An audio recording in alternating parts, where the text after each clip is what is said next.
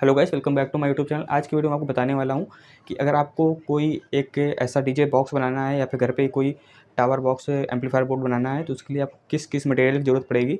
तो यहाँ पे मैंने एक ये बॉक्स बनाया हुआ है। पहले मैं आपको उसका लुक दिखा देता हूँ। तो यहाँ पे कुछ इस टाइप से पीछे इसमें एम्पलीफायर इनबिल्ट है। ये एक एक्टिव डीजे टावर है 500 वाट का। तो इसमें मैंने क्या क्या यूज़ किया है या फिर आप कोई अदर एम्पलीफायर टावर स्पीकर बना रहे हैं तो उसमें आपको क्या क्या यूज़ करना पड़ेगा, तो मैं आपको पूरी जानकारी दूँगा आज। तो वीडियो शुरू करते हैं। आपको एक टावर डीजे स्पीकर बनाने के लिए पहली चीज़ की ज़रूरत पड़ेगी तो वो है अपना एक स्पीकर, क्योंकि स्पीकर के बिना तो कोई काम होने वाला नहीं है। तो यहाँ पे आपको चाहिए एक स्पीकर। तो मैं स्पीकर लाता हूँ। ये मैं स्पीकर ले आया, ये देख सकते हैं। यहाँ पे आप स्पीकर, बूफर, सब वूफर कुछ भी यूज़ कर सकते हैं। आप जिस टाइप का स्पीकर बना रहे हैं, स्पीकर बॉक्स बना रहे हैं, उसके अकॉर्डिंग यूज़ कर सकते हैं। तो अब इन स्पीकर को चलाने के लिए चाहिए एक अपना एम्पलीफायर बोर्ड। तो मैं एम्पलीफायर बोर्ड लाता हूँ। ये आ चुके अपने एम्पलीफायर बोर्ड। तो यहाँ पे आप कोई भी एम्पलीफायर बोर्ड यूज़ कर सकते हैं अपने अकॉर्डिंग, जैसा आपको साउंड चाहिए। ये मेरे 100 वाट के 2 एम्पलीफायर बोर्ड हैं। ये 200 वाट। तो यहाँ पे मैं अपने जिस टाइप से बॉक्स बना रहा हूँ तो उसके अकॉर्डिंग यूज़ कर रहा हूँ। आप 2.1 हो गया, 4.1 हो गया, 5.1 हो गया, क्लास डी में हो गया, जो चाहें वो यूज़ कर सकते हैं। तो अब इन बारी आती है इन एम्पलीफायर बोर्ड को चलाने के लिए एक ट्रांसफार्मर चाहिए। तो मैं ट्रांसफार्मर को लाता हूँ। तो यहाँ पे मैं ट्रांसफार्मर को ले आया हूँ, देख सकते हैं।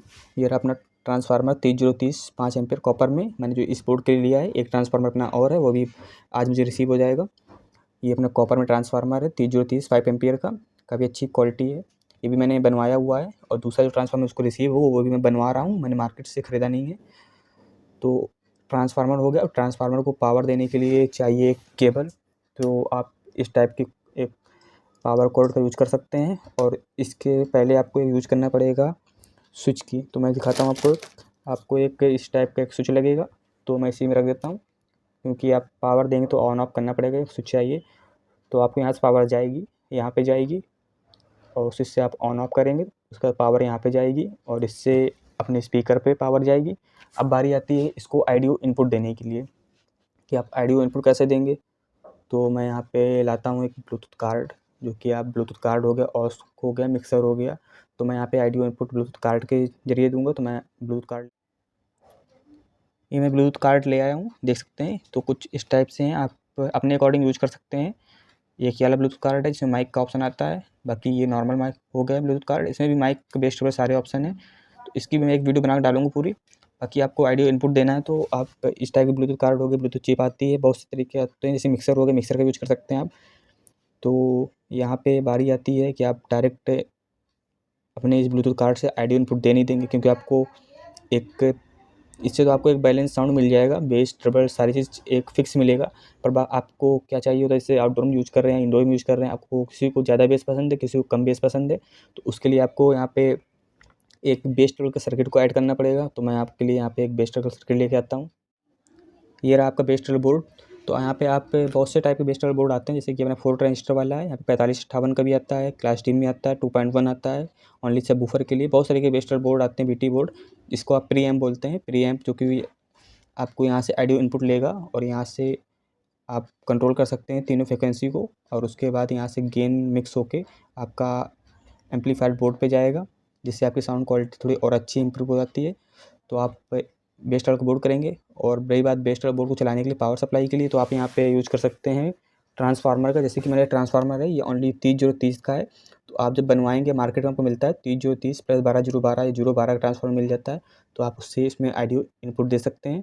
बाकी 12 वोल्ट के एडाप्टर का यूज़ करें तो ज़्यादा अच्छा रहेगा। मैं यहाँ पे 12 वोल्ट के एडाप्टर का यूज़ करूँगा। मैं आपको बेस ट्रबल बोर्ड के बारे में बता दिया। अब मैं बताता हूँ माइक इको बोर्ड के बारे में, क्योंकि कस्टमर की डिमांड होती है माइक इको की। तो यहाँ पे एक बोर्ड अपना और आता है, तो वो भी मैं आपको लेकर आता हूँ। ये रहा अपना माइक इको बोर्ड। तो मैं दिखा देता हूँ पास से। तो ये रहा कुछ इस टाइप से, सेट्रॉन का, काफ़ी अच्छे बिल्ड क्वालिटी में आता है।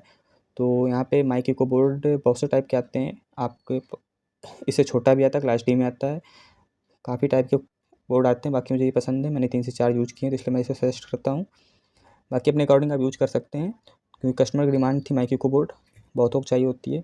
तो यहाँ पे माइक इको बोर्ड हो गया। माइक इको बोर्ड के बाद आता है बारी माइक की। तो माइक आप वायरलेस हो गया, वायर्ड माइक हो गया, दोनों यूज़ कर सकते हैं। तो वो भी मैं आपको दिखा देता हूँ। तो ये रहे अपने माइक, वायरलेस माइक, दिखा देता हूँ पास से एक बार। कुछ इस टाइप से आते हैं। तो आप इसमें एक मैं दिखा देता हूँ पहले आपको। इस टाइप का एक सर्किट आता है जो कि आपका इस माइक के साथ यहाँ पे कनेक्ट हो जाएगा, माइक कीबोर्ड के साथ। और जैसे ही आप यहाँ से माइक को ऑन करेंगे तो अपना वर्क करने लगेगा। तो आप अपने अकॉर्डिंग लगा सकते हैं। बाकी यहाँ पे वायर्ड माइक भी लग जाता है जो जिसके लिए कनेक्टर आता है, तो आप दोनों ऑप्शन दे सकते हैं। तो मैंने यहाँ माइक आपको दिखा दिया है। अब बारी आती है यहाँ पे पोटेंशियोमीटर। तो पोटेंशियोमीटर आपको बोर्ड में लगे मिल जाएंगी या फिर आपको मार्केट से अलग से लाना पड़ेगा। और इस पर आगे आपको नॉब लगानी पड़ेगी, तो नॉब भी आपको लानी पड़ेगी क्योंकि इन बोर्ड के साथ तो मुझे मिली नहीं है। तो मैं नॉब ले आता हूँ। किस टाइप से नॉब, इस टाइप से नॉब होती है जो कि अपने पोटेंशियोमीटर के आगे लगेगी, देख सकते हैं। तो यहाँ पे नॉब लगाने के बाद बारी आती है आप, जैसे कि यहाँ पे आपने एक बॉक्स कंप्लीट किया तो उससे आप चाहते हैं कि दूसरा बॉक्स भी चले, तो उसमें आपको ऑडियो आउटपुट भी देना पड़ेगा दूसरे स्पीकर के लिए। तो आप कुछ इस टाइप से कनेक्टर का यूज कर सकते हैं। बाकी बहुत से कनेक्टर आते हैं वायर लगाने वाले, तो मुझे ये काफ़ी अच्छे लगते हैं, तो मैं इसको यूज़ करूँगा। तो मैं इसको यहीं रख देता हूँ। अब बारी आती है इसकी वायरिंग की। तो वायरिंग के लिए आप यहाँ पे यूज़ कर सकते हैं रैम्बो वायर का, जो कि इस टाइप से आता है रैम्बो वायर। रैम्बो वायर हो गया, सील्डेड वायर हो गया। सील्डेड वायर काफ़ी अच्छा रहता है, उसमें हमिंग की प्रॉब्लम नहीं रहती है। इसकी वायरिंग करने के बाद आपको वायरिंग को बांधना पड़ेगा अच्छे से, क्योंकि फिनिशिंग भी ज़रूरी है। तो फिनिशिंग के लिए वायरिंग को बांधने के लिए आप टेप का यूज़ कर सकते हैं। तो टेप का यूज़ करना बेकार है क्योंकि टेप थोड़े दिनों में बेकार हो जाएगा। जैसे गर्मी मौसम आएगा तो अपनी वहाँ जो वो है टेप खुलने लगेगा। तो आप यूज़ कर सकते हैं जिप टाई का। तो मैं आपको दिखाता हूँ जिप टाई।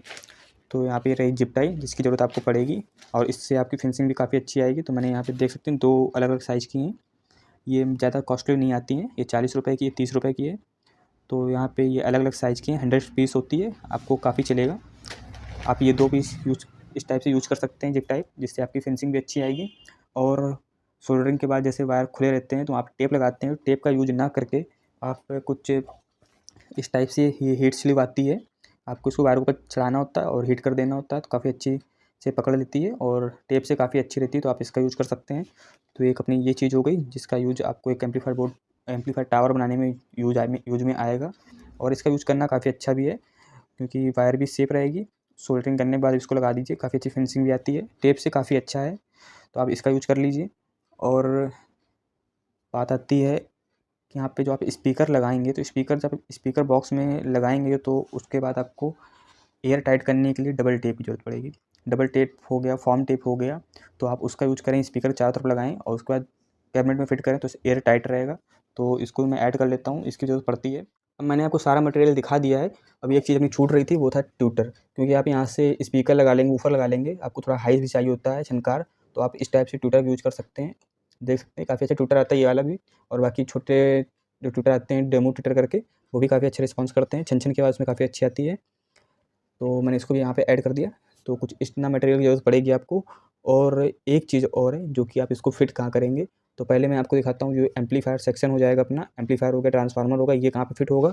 तो आप कुछ इस टाइप से एक लोहे की सीट की कटिंग करवा सकते हैं अपने डिज़ाइन के अनुसार कि कितना बड़ा आपका बॉक्स है।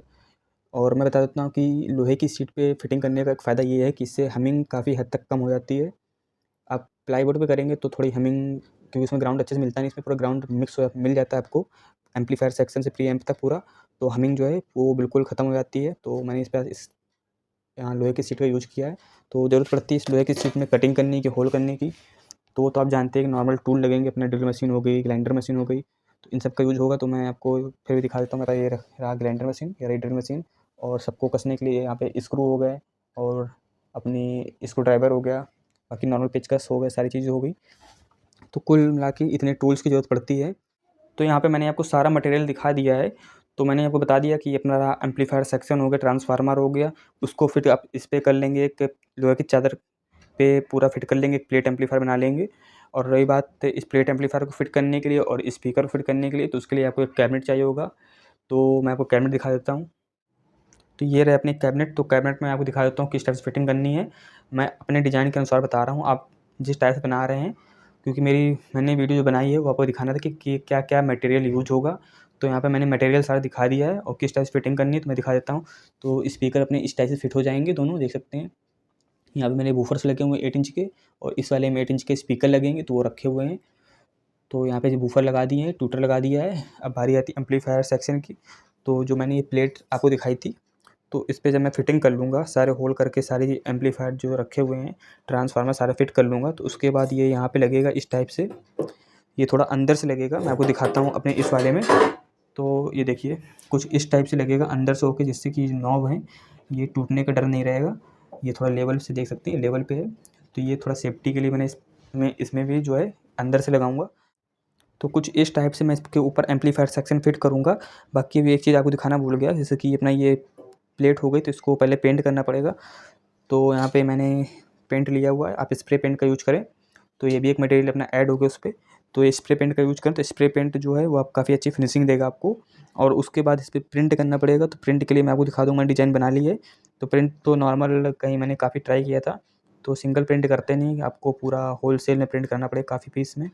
तो मैं यहाँ पे कागज़ में फ़ोटोकॉपी करवा के उसको चिपकाने के बाद उसके ऊपर पूरा लेमिनेशन कर देता हूँ, तो काफ़ी अच्छी फिनिशिंग आती है। तो मैंने यहाँ पे आपको सारा मटेरियल दिखा दिया है। बाकी जो छोटी-मोटी चीज़ें हैं, जैसे कि अब आप स्पीकर कसेंगे, एम्पलीफायर बोर्ड कसेंगे, तो उसके लिए स्क्रू की ज़रूरत पड़ेगी, और पेचकस हो गया, प्लास हो गया, ये सब की ज़रूरत पड़ेगी। तो वो वन टूल नहीं दिखाए हुए हैं, क्योंकि वो तो नॉर्मल वो आपको यूज़ में लाना ही पड़ेगा।